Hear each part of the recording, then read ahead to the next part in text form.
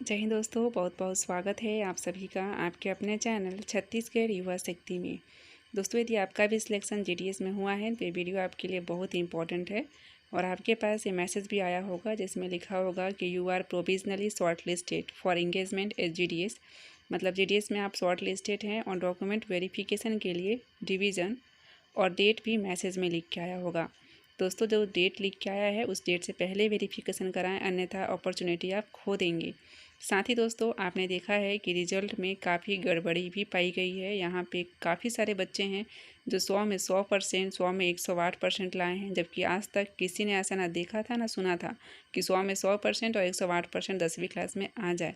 लेकिन ये गड़बड़ी सामने आई है और इसी को देखते हुए इंडियन पोस्ट ऑफिस में दोस्तों आज के डेट में एक नोटिफिकेशन जारी किया गया है। आप GDS online result document verification इस पर क्लिक कीजिएगा तो आपके सामने नोटिफिकेशन ओपन हो जाएगा।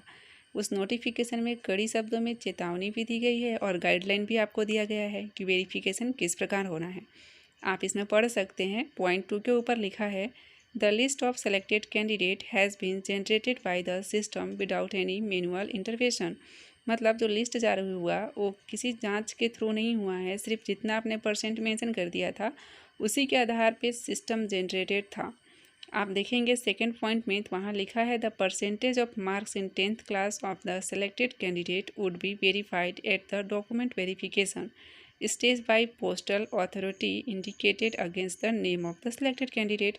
मतलब 10वीं क्लास का जो मार्कशीट आपको लेके जाना होगा अथॉरिटी के पास वेरिफिकेशन के लिए। यदि इस 10वीं क्लास के मार्कशीट में यहाँ लिखा है, in case of any discrepancy found in respect of fulfilling of eligibility criteria as well as percentage of marks in class 10th, तो यदि कोई भी परसेंटेज में या फिर क्लास 10th के रिजल्ट में आपकी गड़बड़ी पाई जाती है तो वहीं से आपका कैंडिडेचर कैंसिल कर दिया जाएगा। यहाँ पे लिखा हुआ है, the candidature of the selected applicant would be cancelled.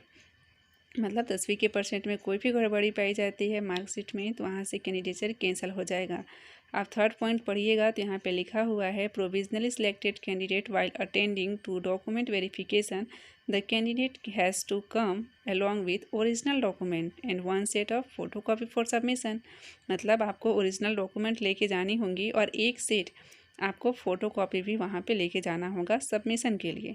आगे आप देखेंगे तो लिखा है, if the verification is successful, यदि वेरिफिकेशन सक्सेसफुल हो जाता है तो प्रोविजनल इंगेजमेंट ऑर्डर आपको दिया जाएगा, नहीं तो नेक्स्ट कैंडिडेट को आपकी जगह बुलाया जाएगा एसएमएस और कॉल के थ्रू वेरिफिकेशन के लिए।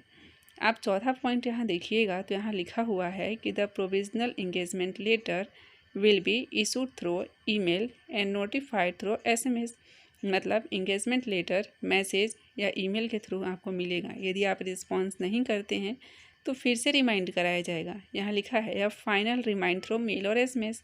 मतलब मेल, एसएमएस या फिर पोस्ट के थ्रू आपको फिर से रिमाइंड कराया जाएगा। यदि फिर भी आप कोई भी रिस्पॉन्स नहीं देते हैं तो फिर आपका कैंडिडेचर वहीं से कैंसिल कर दिया जाएगा।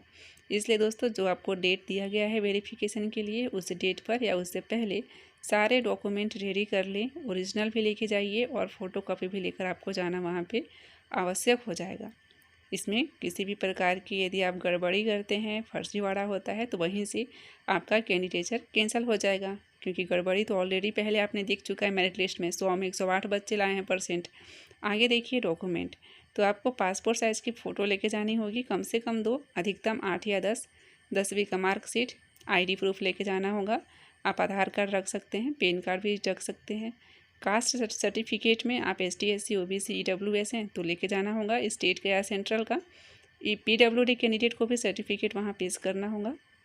यदि कंप्यूटर नॉलेज आपके पास है और DCA PGDCA की डिग्री नहीं है तो आप कम से कम 60 दिन का बेसिक कंप्यूटर सर्टिफिकेट लेके जाएं। कंपलसरी तो नहीं है ये, लेकिन आवश्यक ज़रूर है। और एप्लीकेशन फॉर्म लेकर भी जाना होगा। जो फॉर्म आप भरे थे उसकी हार्ड कॉपी भी लेके जानी होगी। NOC भी आपको लेके जाना होगा यदि आप अदर गवर्नमेंट जॉब में हैं तो। और कुछ सेल्फ डिक्लेरेशन और एक्स्ट्रा डॉक्यूमेंट है तो आप उसे भी रख लें। यदि हम बात करें सैलरी की तो BPM में सैलरी 12,000 होती है। यदि आपका प्रमोशन हो जाता है लेवल 2 में तो आपकी सैलरी बढ़ के 14,500 रुपये हो जाती है। यदि आप ABPM में लगे हुए हैं तो 10,000 सैलरी रहेगी लेवल 1 में, और यदि लेवल 2 में आप प्रमोट होते हैं तो 12,000 की सैलरी होती है। साथ ही जो BPM है दोस्तों, इनका ऑफिशियल वर्क रहता है और ये BPM का काम चिट्ठी बांटना लाना होता है। तो दोस्तों आज के वीडियो में इतना ही जानकारी। कुछ भी यदि आपको किसी भी चीज़ में डाउट हो तो कमेंट सेक्शन में लिख के अवश्य ही बताएं। And thank you for watching this video. Best of luck for